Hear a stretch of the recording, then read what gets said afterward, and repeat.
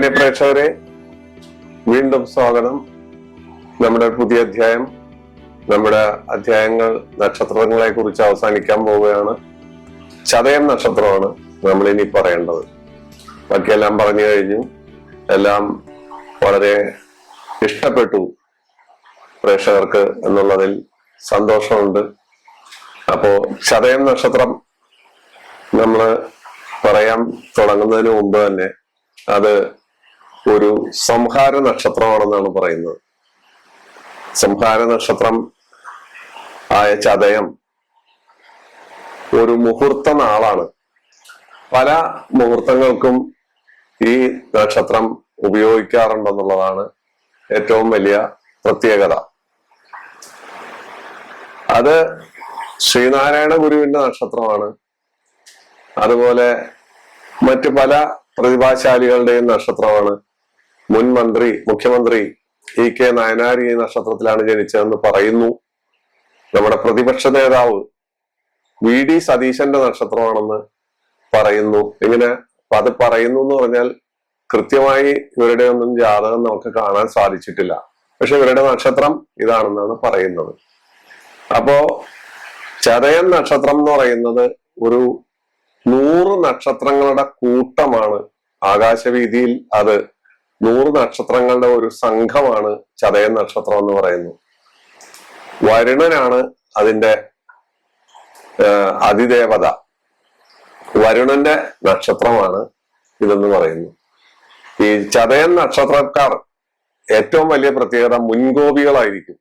പെട്ടെന്ന് മൂക്കത്ത് ചുണ്ടി വരും. മൂക്ക് കീഴ്പോട്ടുള്ള എല്ലാവർക്കും ഭയങ്കര ദേഷ്യമായിരിക്കും എന്നാണ് പറയുന്നത്. ചതയ നക്ഷത്രക്കാര് അല്ലാത്തവരുമുണ്ട്, ദേഷ്യമില്ലാത്തവരുമുണ്ട്, സരസന്മാരുമുണ്ട്. ഞാൻ പറഞ്ഞ 3 പേരില് 3 സ്വഭാവക്കാരെയാണ് നമുക്ക് കാണാൻ കഴിയുക. അത് തന്നെയാണ് അതിന്റെ ഉദാഹരണം. അതുകൊണ്ടാണ് 3 പേരുടെ പറഞ്ഞത്. അപ്പോ ഇവരുടെ എല്ലാം വ്യത്യസ്ത സ്വഭാവമാണ്. ഇപ്പൊ ഒരു നക്ഷത്രത്തിന്റെ സ്വഭാവം മുൻകോപിയാണെന്ന് പറഞ്ഞാൽ മുൻകോപം ഉണ്ടായിക്കൊള്ളുന്നില്ല. ഇവര് സൽഗുണ സമ്പന്നരാണ്. 1-ാം പാദത്തിൽ ജനിച്ചാൽ, ചതയ നക്ഷത്രം 1-ാം പാദത്തിൽ ജനിച്ചാൽ അവര് സൽഗുണ സമ്പന്നരായിരിക്കും. അവര് എന്ത് ത്യാഗം ചെയ്യാനും, അവർ ഏത് രീതിയിൽ പ്രവർത്തിക്കാനും, എവിടെയും എന്തിനും ഉൾക്കൊള്ളിക്കാനും ഇവർ തയ്യാറാവും. അത്തരക്കാരായിരിക്കും. അത്തരം സ്വഭാവമായിരിക്കും. അഡ്ജസ്റ്റബിൾ സ്വഭാവം. എങ്ങനെയും അവരെ നമുക്ക് കൊള്ളിക്കാം എന്നുള്ള അവസ്ഥയിലുള്ള സ്വഭാവക്കാരായിരിക്കും. 2-ാം പാദം ജനിച്ചാല് അവർ പരമ പിശുക്കന്മാരും അവരുടെ കാര്യങ്ങളിൽ മാത്രം ശ്രദ്ധയുള്ളവരും സ്വന്തം കാര്യം സിന്ദാബാദ് എന്ന് പറയുന്ന ആളുകളുമായിരിക്കും. അവര് ഒരാൾക്കൊരു കാപ്പിയൊന്നും വാങ്ങിച്ചു കൊടുക്കണമെങ്കിൽ അത് എന്തിനാണ്, അല്ലെങ്കിൽ ദോശ വാങ്ങിച്ചു കൊടുത്താല്, അല്ലെങ്കിൽ ബിരിയാണി മേടിച്ചു കൊടുക്കുന്നത് എന്തെങ്കിലും കാര്യലാഭം ഇല്ലാതെ അവര് ചെയ്യില്ല. തന്നെയല്ല അവര് കാശ് ഒളിച്ചു വെക്കും. പോക്കറ്റിൽ കാശൊന്നും കാണിക്കില്ല. അവര് പിശുക്കന്മാരായിരിക്കും. 3-ാം പാദം ജനിച്ചാൽ അവര് രോഗികളായിരിക്കും എന്നാണ് പറയുന്നത്. ഹൃദ്രോഗം, അതുപോലെ മലേറിയ, ബ്ലഡ് പ്രഷർ, അനാവശ്യമായ ടെൻഷനുകൾ, ഇത് 3-ാം പാദം ജനിച്ചവർക്ക്. 4 പാദമുണ്ട് എല്ലാ നക്ഷത്രത്തിനും. 4-ാം പാദം ജനിച്ചാല് അവര് കഠിന ഹൃദയന്മാരായിരിക്കും. അത്രേ കഠിന ഹൃദയന്മാരെന്ന് വെച്ചാൽ അവര് ഏത് തരത്തിലും ആരെയും പറ്റിക്കാനും വഞ്ചിക്കാനും ചതിക്കാനും എല്ലാത്തിനും അവർ പോകുന്നവരായിരിക്കും. ഏത് ക്രൂരപ്രവൃത്തി ചെയ്യാനും അവര് തയ്യാറാവും. പല ക്രിമിനലുകളും ഈ ചതയം നക്ഷത്രം 4-ാം പാദത്തിൽ ജനിച്ചതായി കണ്ടിട്ടുണ്ട്. പല ജാതകങ്ങളും നമ്മൾ ക്രിമിനലുകളുടെ ജാതകം അനലൈസ് ചെയ്യുമ്പോൾ ഈ നക്ഷത്രത്തിൽപ്പെട്ട പല ആളുകളും ചതയം 4-ാം പാദക്കാരാണ്. ആ 4-ാം പാദത്തിൽ ജനിച്ചാൽ ഉണ്ടാകുന്ന പ്രത്യേകത കൊണ്ടാണ് അവർ ക്രിമിനലുകളാവുന്നത് എന്നുള്ള ഒരു സ്വഭാവവിശേഷവും ഈ നക്ഷത്രത്തിനുണ്ട്. അപ്പൊ 4 പാദങ്ങളുടെയും പ്രത്യേകത പറഞ്ഞു. 4 പാദത്തിലും ജനിക്കുമ്പോൾ ഇവർക്ക് ഉണ്ടാകുന്നതായ പ്രത്യേകതകൾ പറഞ്ഞു. ഇതിന്റെ മൃഗം കുതിരയാണ്. അപ്പൊ കുതിര മൃഗമായാൽ കുതിരയുടെ സ്വഭാവം നമുക്കറിയാലോ, കൂടുതൽ പറയണ്ട. പിന്നെ വൃക്ഷം കടമ്പാണ്. കടമ്പ് നമ്മള് കവിതകളിലും പാട്ടുകളിലും ഒക്കെ കാട്ടുകടമ്പ്, അതുപോലെ കടമ്പ് പൂക്കുന്നു എന്നൊക്കെ പറയുന്നത് നമ്മൾ കേട്ടിട്ടുണ്ട്. കടമ്പാണ് അതിന്റെ വൃക്ഷം. ഗണം അസുരനാണ്. യോനി സ്ത്രീയാണ്. അപ്പൊ സ്ത്രീ നക്ഷത്രമാണിത്. ഇത് സ്ത്രീ നക്ഷത്രമാണ്. പക്ഷി മയിലാണ്. ഭൂതം ആകാശമാണ്. ദേവൻ വരുണനാണെന്ന് ഞാൻ നേരത്തെ പറഞ്ഞു. നക്ഷത്രത്തിന്റെ ദേവൻ വരുണനാണ്. അപ്പൊ ഇതാണ് ഈ നക്ഷത്രത്തിനെ കുറിച്ചുള്ള ഒരു ഏകദേശ സയന്റിഫിക് ആയ ചിത്രം. ഇതിന്റെ പഞ്ചാംഗ ഫലങ്ങൾ, പഞ്ചാംഗത്തിൽ കാണുന്ന ഫലങ്ങൾ, ഇവരുടെ സ്വഭാവവിശേഷങ്ങൾ ഞാൻ ആദ്യമേ പറഞ്ഞു. 1-ാം പാദം, 2-ാം പാദം, 4 പാദത്തിന്റെ സ്വഭാവവിശേഷം പറഞ്ഞു. പക്ഷെ ജനറലായ സ്വഭാവത്തിൽ ഇവര് ശുദ്ധഗതിക്കാരായിരിക്കും. ശുദ്ധഗതിക്കാരെന്ന് പറഞ്ഞാൽ ഇവര് ആരോടും ഒരു പ്രതിഫലേച്ഛയില്ലാതെ വളരെ കാര്യമായി ഇടപെടുകയും സംസാര രീതിയിൽ വളച്ചുകെട്ടില്ലാതെ സംസാരിക്കുകയും കാര്യമാത്ര പ്രസക്തമായിട്ട് കാര്യങ്ങൾ അവതരിപ്പിക്കുകയും ചെയ്യും. അവരെ ആരും വെറുക്കില്ല. അവര് വളരെ തന്മയത്വത്തോടു കൂടി കാര്യങ്ങൾ അവതരിപ്പിക്കുകയും പഠിക്കുകയും പഠിച്ച് കാര്യങ്ങൾ കൈകാര്യം ചെയ്യുകയും ചെയ്യും. അവരുടെ അടുത്ത് സാധാരണഗതിയിൽ മണ്ടബുദ്ധികളോ അല്ലെങ്കിൽ എന്തെങ്കിലും പറഞ്ഞ് തടി തെപ്പി ജയിക്കാം എന്നൊന്നും കരുതിയിട്ട് കാര്യമില്ല. അത് അവരുടെ ഒരു പ്രത്യേക സ്വഭാവമാണ്. ഔദാര്യം ഇവരുടെ മറ്റൊരു സ്വഭാവമാണ്. ഔദാര്യം ആർക്ക് വേണ്ടിയും എന്തും. ഞാൻ നേരത്തെ പറഞ്ഞു, അവര് ചില പാദങ്ങളിൽ ജനിച്ച ആളുകളെ കുറിച്ച് പറഞ്ഞപ്പോൾ വ്യത്യസ്തമായി പറഞ്ഞിട്ടുണ്ട്. പക്ഷെ ജനറലായി നമ്മള് ചതയത്തെ പറ്റി പറയുമ്പോൾ അവര് ഔദാര്യമുള്ളവരാണ്. ഔദാര്യ മനസ്ഥിതിയോടുകൂടി മറ്റുള്ളവരുടെ കാര്യങ്ങളിൽ ഇടപെടാനും അവർക്ക് സഹായങ്ങൾ ചെയ്തു കൊടുക്കാനും അവർ തയ്യാറാവും. ഒരു രോഗിയെ ആശുപത്രിയിൽ കൊണ്ടുപോകണമെങ്കിൽ അവർ നോക്കി നിൽക്കില്ല. വഴിയിൽ ഒരു ആക്സിഡന്റ് ഉണ്ടായി കഴിഞ്ഞാൽ ഇവര് അത് കണ്ടുകൊണ്ട് പോരില്ല. ഏതെങ്കിലും ഒരു വണ്ടി കൈകാട്ടി നിർത്തിയില്ലെങ്കിൽ അവർ റോഡിന്റെ നടുക്ക് കയറി നിന്ന് ആ വണ്ടി തടഞ്ഞ് ഈ രോഗിയെ അവര് ഏത് പ്രകാരേണയും അവര് ആശുപത്രിയിൽ എത്തിക്കാൻ ശ്രമിക്കും. ഇവര് ഉന്നത സ്ഥാനങ്ങളിലൊക്കെ ചെന്നപ്പെടും. ഇവര് MLA ആവും, മന്ത്രിയാവും, മുഖ്യമന്ത്രിയാവും, ഇങ്ങനെ പലതരത്തിലൊക്കെ ഉള്ള സ്ഥാനങ്ങളിൽ ചെന്നപ്പെട്ടാലും ഇവർക്കൊരു സ്വഭാവവിശേഷമുള്ള ഒരു ആശ്രിത വത്സരരാണ്. ആരെല്ലാം ഇവരെ ആശ്രയിക്കുന്നുവോ അവരെ അവർ കൈവിടില്ല. അത് ആപത്തിലും നല്ല കാലത്തും ചീത്തക്കാലത്തും എല്ലാം അവര് കൈവിടാതെ അവര് കാത്തു സൂക്ഷിക്കുന്നു എന്നുള്ള ഒരു പ്രത്യേകത അവർക്കുണ്ട്. ശരീരഘടനയിൽ ഇവര് നല്ല ഒത്ത ശരീരമുള്ളവരും നീണ്ട മൂക്കുള്ളവരും ഒരുതരം കൊടവയറ് പോലത്തെ സ്വഭാവമുള്ളവരും ഒക്കെ ആയിരിക്കും അവരുടെ രീതി. പൊതുവിൽ പക്ഷത്തിനനുസരിച്ച് കറുത്ത പക്ഷത്തിലാണെങ്കിൽ അല്പം ഇരുണ്ട നിറവും വെളുത്ത പക്ഷത്തിലാണെങ്കിൽ നല്ല നിറവും ഉള്ളവരായിരിക്കും. മൃദു ശരീര പ്രകൃതിയായിരിക്കും ഇവരുടെ. ഒരു മൃദു ശരീര പ്രകൃതിയായിരിക്കും. അതുപോലെ അവരുടെ കർമ്മ കുശലത, ഏത് ജോലിയിലും അവർ ചെന്നുപെട്ടാൽ, ഓഫീസ് ജോലി ആയാലും രാഷ്ട്രീയമായാലും മതത്തിന്റെ കാര്യമായാലും മതനേതാവായാലും ഏത് രീതിയിലായാലും അവര് വളരെ നല്ല രീതിയിൽ അത് കൊണ്ടുപോകാൻ ശ്രമിക്കും എന്നുള്ളതാണ് പ്രത്യേകത. ഇവരുടെ മൂക്കിന്റെ പ്രത്യേകത ഞാൻ പറഞ്ഞു. അതുപോലെ മനോഹരമായ കണ്ണുകളായിരിക്കും. സംസാര ശൈലി വളരെ ലെജിബിൾ ആയിരിക്കും. വൃത്തിയായിട്ട് കൃത്യമായിട്ടായിരിക്കും അവർ സംസാരിക്കുന്നത്. അല്ലാണ്ട് ഒന്നും മനസ്സിലാകാത്ത തരത്തിൽ എന്തെങ്കിലും പറയല്ല. കൃത്യമായ സംസാരം ഉണ്ടാവും. ഇവര് വലിയ വർത്തകരായിരിക്കും. വർത്തകർ എന്ന് വെച്ചാൽ കച്ചവടക്കാര്. കച്ചവട തന്ത്രം ഇവരുടെ കയ്യിലുണ്ട്.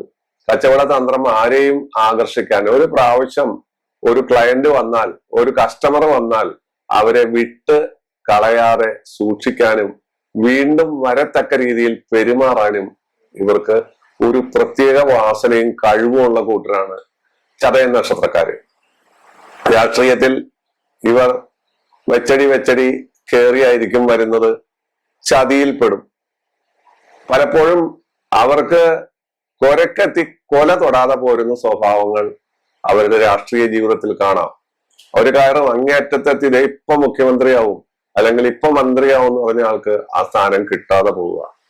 അത് ചതിയിൽപ്പെടുകയാണ്. മറ്റുള്ളവർ ചതിക്കുകയാണ്. മറ്റുള്ളവർ ഇവരെ ചതിക്കാൻ, ഇവരുടെ ഈ മുന്നോട്ടുള്ള പ്രയാണം കണ്ടിട്ട് ഇവരെ പലതരത്തിലും കൗശലത്തിൽപ്പെടുത്തി ചതിക്കുക, ചതി പറ്റുക എന്നുള്ളത് ഇവർക്ക് മാത്രമുള്ള ഒരു സ്വഭാവം തന്നെയാണ്. അതുപോലെ ഇവരുടെ സത്യസന്ധത, സത്യത്തിന് അവർ വില കൽപ്പിക്കുന്നു. സത്യത്തിനാണ് അവർ വില കൽപ്പിക്കുന്നത്. അസത്യമോ അല്ലെങ്കിൽ അതല്ലാത്ത രീതിയിലുള്ള വികല പ്രവർത്തനങ്ങളോ വികല വാക്കുകളോ അവർ പറയാൻ ഒരിക്കലും തയ്യാറാകില്ല. അതുകൊണ്ട് തന്നെ അവർക്ക് ശത്രുശല്യം ഉണ്ടാവും.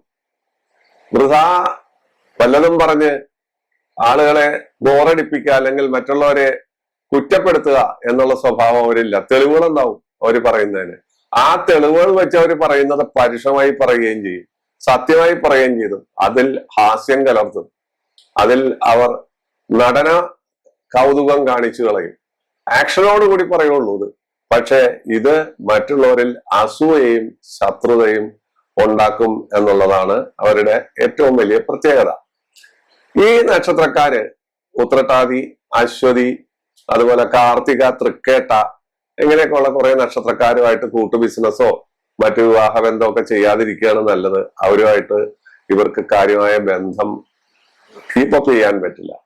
ഇവരുടെ വിവാഹ ബന്ധം പൊതുവിൽ പവിത്രമാണെങ്കിലും പലപ്പോഴും അലോസരങ്ങൾ ഉണ്ടാവും. ഭാര്യ ഭർത്തൃ ബന്ധത്തിൽ പലപ്പോഴും അലോസരങ്ങൾ ഉണ്ടാകുക, പുനർവിവാഹം ഉണ്ടാകുക, അതുപോലെ മറ്റു പല കാര്യങ്ങളും. അന്യസ്ത്രീ പ്രസക്തി ഇവരെ സംബന്ധിച്ച് അല്പം കൂടുതലായിരിക്കും. ഇതിന്റെ നക്ഷത്രനാഥൻ രാഹുവാണ്.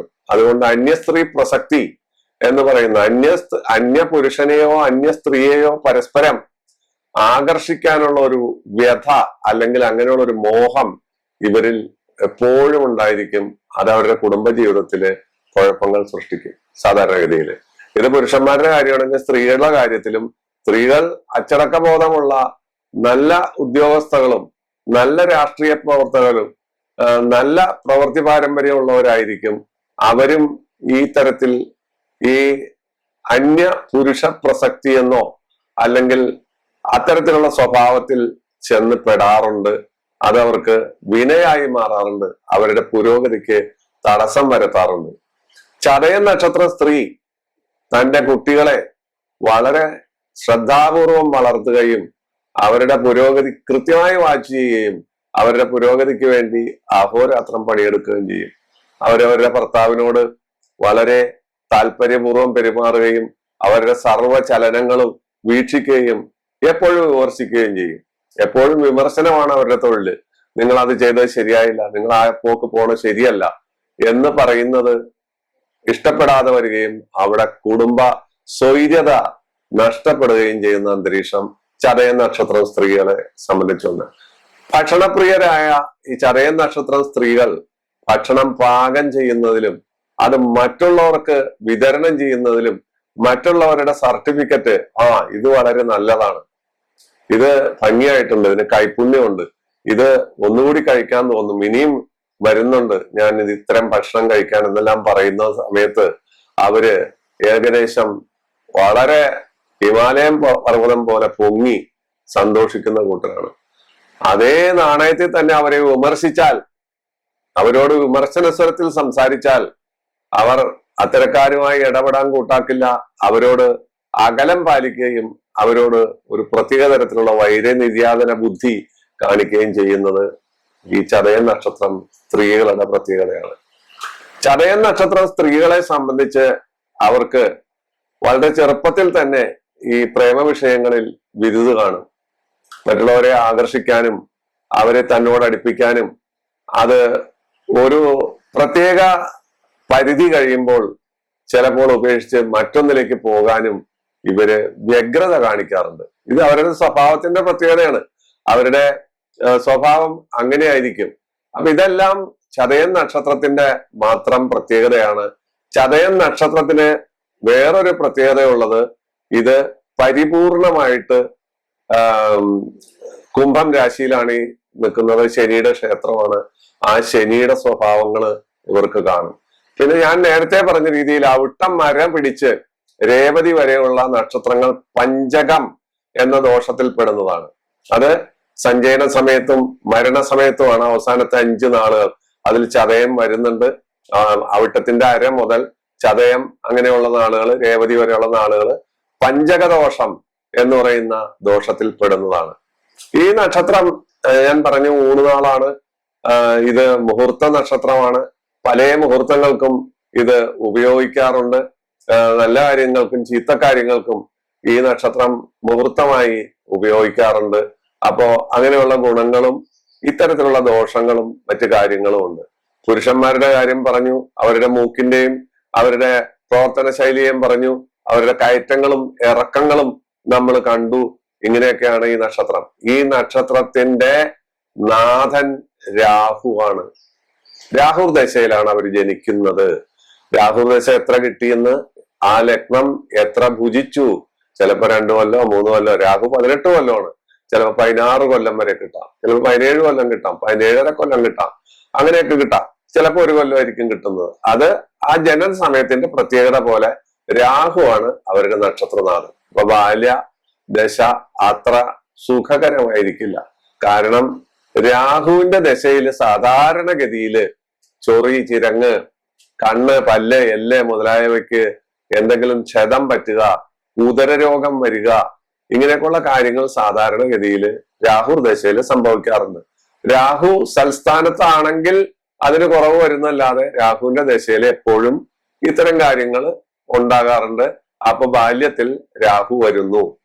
പിന്നെ അത് കഴിഞ്ഞാൽ 16 കൊല്ലം വ്യാഴമാണ് വരുന്നത്. അപ്പൊ രാഹു കൂടുതൽ കിട്ടിയ ആളുകൾക്ക് 16 കൊല്ലം വ്യാഴം കിട്ടുമ്പോൾ ആ വ്യാഴദശയില് വിദ്യാഭ്യാസം പൂർത്തിയാക്കാനും തൊഴിൽ ലഭിക്കാനും വിവാഹം നടക്കാനും സാധ്യതയുണ്ട്. ഇവരെ സംബന്ധിച്ചിടത്തോളം വിദ്യാഭ്യാസം അവർക്ക് വളരെ നല്ല വിഷയം. ഇവർ കുശാഗ്ര ബുദ്ധികളായിരിക്കും. വിദ്യാകാര്യങ്ങളിലെല്ലാം അവർ കേമന്മാരോ കേമത്തികളോ ആയിരിക്കും. അപ്പോ അത് മിക്കവാറും വ്യാഴദശയില് അവസാനിക്കുകയും വ്യാഴദശ അവർക്ക് ഗുണകരമായി തീരുകയും ചെയ്യും. വ്യാഴത്തിന് അത്രത്തോളം ദുസ്ഥാനം ഉണ്ടെങ്കിൽ മാത്രമേ ആ വ്യാഴദശ മോശമുള്ളൂ. പിന്നെ 19 കൊല്ലം ശനിദശ കിട്ടും. ആ ശനി ദശാനാഥനാണല്ലോ. എന്നുവെച്ചാൽ കുംഭത്തിന്റെ അധിപനല്ലേ ശനി. അപ്പൊ ശനി ഒരിക്കലും ചതയത്തിന് കൈവിടില്ല. ശനിദശയില് എന്തെങ്കിലും കിട്ടിയാൽ, ശനിദശാകാലത്ത് നമുക്ക് നന്മ വന്നാൽ അത് ഇരുമ്പ് കുടിച്ച വെള്ളം പോലെ ഒരിക്കലും പുറത്തു പോകില്ല എന്നുള്ളതാണ്. മറ്റു ദശയിൽ കിട്ടുന്ന കാര്യങ്ങളെല്ലാം ചിലപ്പോ തിന്നു തീരാം, അല്ലെങ്കിൽ കത്തിപ്പോകാം, അല്ലെങ്കിൽ മറ്റേതെങ്കിലും തരത്തിൽ ആറ്റിൽ ഒഴുകിപ്പോകാം. ശനിദശയിൽ ശനി കൊടുക്കുന്നതായ ഗുണങ്ങള് ഒരിക്കലും അത് നശിക്കാറ് ജീവിതാന്ത്യം വരെ നിലനിൽക്കുമെന്നുള്ളതാണ് പ്രത്യേകത. അതുപോലെ ശനി കഴിഞ്ഞാൽ പിന്നെ ബുധൻ വരും 17 കൊല്ലം, പിന്നെ കേതു വരും, ശുക്രൻ കിട്ടിയാൽ കിട്ടി, അത്ര തന്നെ. അപ്പോഴേക്കും ഈ പറയുന്ന രാഹു പിടിച്ച് രാഹു, വ്യാഴം, ശനി, ബുധൻ, കേതു, ശുക്രനിലേക്കൊക്കെ വരിക എന്ന് പറയുന്നത് ദീർഘായുസ്സുള്ള ആളുകളായിരിക്കും. ദീർഘായുസ് ഉണ്ടെങ്കിൽ ശുക്രദശ അനുഭവിക്കാനുള്ള യോഗം ഒരു പരിധി വരെ അവർക്കുണ്ടാവും. ശുക്രൻ പാപനോ ശുഭനോ എന്ന് നോക്കിയിട്ടാണ് അതിന്റെ ഗുണഗണങ്ങള് നമ്മൾ നിർണയിക്കുന്നത്. നമ്മുടെ ഓരോ അധ്യായങ്ങളിലും നമ്മൾ അതിന്റെ ദോഷ ഫലങ്ങൾ സാധാരണ പറയാറുണ്ട്. അതിന്റെ കാരണം എന്തെന്ന് വെച്ചാൽ ഓരോ ദശയും ഓരോരുത്തർക്ക് എങ്ങനെ ആയിരിക്കും, ഏത് രീതിയിൽ പോകും എന്നറിയാൻ വേണ്ടിയാണ് നമ്മൾ അത് പറയുന്നത്. തന്നെയല്ല 5ഉം 9ഉം ഭാവം കൊണ്ട് നമ്മൾ ആരാധനാമൂർത്തികളെ നമ്മൾ പറഞ്ഞു കൊടുക്കാറുണ്ട്. കാരണം അവർക്ക് ഈ അധ്യായങ്ങളെല്ലാം ജീവിതകാലം വരെ, ഈ യൂട്യൂബ് നിലനിൽക്കുന്ന കാലം വരെ റെഫർ ചെയ്യാനും അത് മുന്നോട്ട് കൊണ്ടുപോകാനും ഉതകുന്നത് കൊണ്ടാണ്.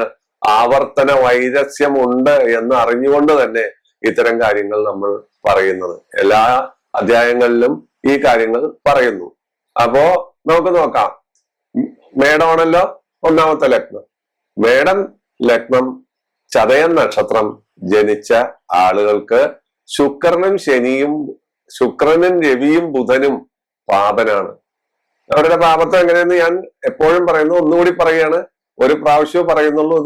അത് 2ാം ഭാവാധിപത്യം, 3ാം ഭാവാധിപത്യം, 11ാം ഭാവാധിപത്യം, അഷ്ടമാധിപത്യം, കേന്ദ്രാധിപത്യം, അങ്ങനെയൊക്കെയുള്ള പല കാര്യങ്ങൾ കൊണ്ടാണ് ദോഷം വരുന്നത്. നീചം, മൗഢ്യം, ഇങ്ങനെയൊക്കെയുള്ള പല കാര്യങ്ങൾ അതുമായിട്ട് ബന്ധപ്പെട്ടിരിക്കും. അവര് 5ഉം 9ഉം ഭാവം കൊണ്ട് ആരാധിക്കേണ്ടത് ശിവനെയും മഹാവിഷ്ണുവിനെയാണ്. അത് കഴിഞ്ഞാൽ നമ്മള് ഇടവലഗ്നത്തിലേക്ക് വരുമ്പോ വ്യാഴവും ചന്ദ്രനും അവർക്ക് ഗുണകരമല്ല. അവരെ ആരാധിക്കേണ്ടത് ശ്രീരാമനെയും ശിവനെയുമാണ്. മിഥുന ലഗ്നത്തിൽ വരുമ്പോ നമ്മള് കുജനെയും രവിയെയും ഗുരുവിനെയും പാവനായി കാണണം. അവരെ ആരാധിക്കേണ്ടത് ഗണപതിയും ഭഗവതിയും ശിവനുമാണ്. കർക്കിടക ലഗ്നത്തിന് ശുക്രൻ എപ്പോഴും പാപനായിരിക്കും. അവരെ ആരാധിക്കേണ്ടത് മഹാവിഷ്ണുവിനെയും സുബ്രഹ്മണ്യനെയും ഭഗവതിയുമാണ്. എങ്ങനെ? നേരത്തെ പറഞ്ഞ നിയമം നിങ്ങൾ ഓർത്തിരിക്കണം. ചിങ്ങലഗ്നത്തിനെ സംബന്ധിച്ചിടത്തോളം ബുധനും ശുക്രനും അവർക്ക് ഗുണകരമല്ല, പാപത്വം വഹിക്കുന്നുണ്ട്. വിഷ്ണുവിനെയും മഹാവിഷ്ണുവിനെയും സുബ്രഹ്മണ്യനെയും അവർക്ക് അവരുടെ ഇഷ്ടദൈവമായി ആരാധിക്കാം. കന്നി ലഗ്നത്തെ സംബന്ധിച്ചിടത്തോളം അവർക്ക് വ്യാഴവും ചന്ദ്രനും കുജനും പാപനാകുന്നു.